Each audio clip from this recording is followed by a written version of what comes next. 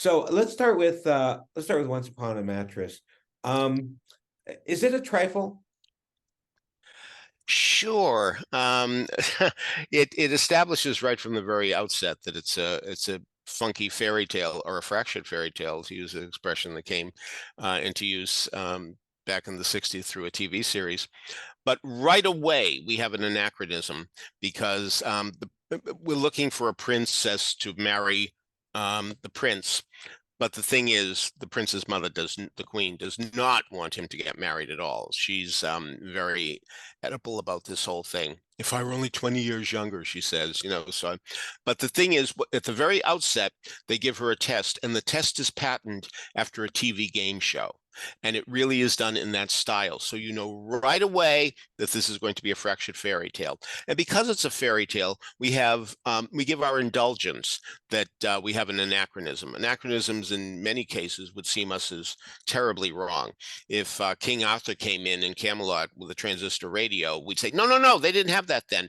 But the thing is, even though they didn't have quiz shows then, they're establishing the world of the show. And the world of the show does indeed involve, we're going to play fast and loose with this fairy tale. And that's what makes it a great deal of fun. Uh-huh. Um, who is it for? Is it for children? I think it's for children of all ages. Kids can certainly enjoy it because there are so many things in it that kids find funny. The domineering mother, the silent husband, the king, the ostensible king, but of course she rules the kingdom. But also the idea of here is this complete fish out of water, and that's almost literal because Princess Winifred swims the moat, and which astonishes the queen, and she thinks it's so low class to have done such a thing. I mean, the drawbridge would come down and let you in. And of course, her son, Dauntless, thinks it's terrific that she's swam the moat. He admires in her what he does not have in him. And the best relationships are ones that where people fill in the gaps that the other that they don't have. So that's what he's very much in love with her, and he becomes increasingly more in love with her the more that she can do.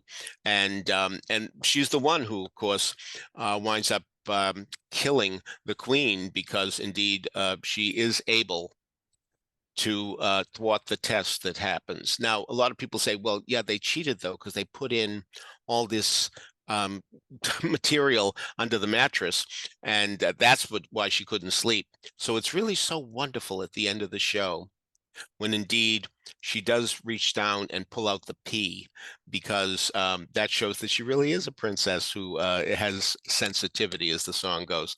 So she's not a pretender to the throne. She really is a princess in a different world, a princess, the type of princess the queen does not like, but nevertheless, this is what allows Dauntless to stand up to his mother first and foremost. And it's great fun too, because early in the show we hear that the king does not talk because until the mouse devours the hawk. And it's a metaphor. What they mean is when Dauntless, who's mousy, devours the queen, well, what's the queen? By complains to the queen and won't take no for an answer from the queen. And that's very effective, very effective. And that's when you get one of the great applause moments in Broadway history, when you find that the queen now has suddenly been struck silent. She cannot speak. And the king, who's been silent all along, he didn't have many lines to learn, I'll tell you, because all he says is, I can speak. And I've got a lot to say. And the audience always breaks into applause because they felt bad for this guy all along who's been so henpecked, to use an old term.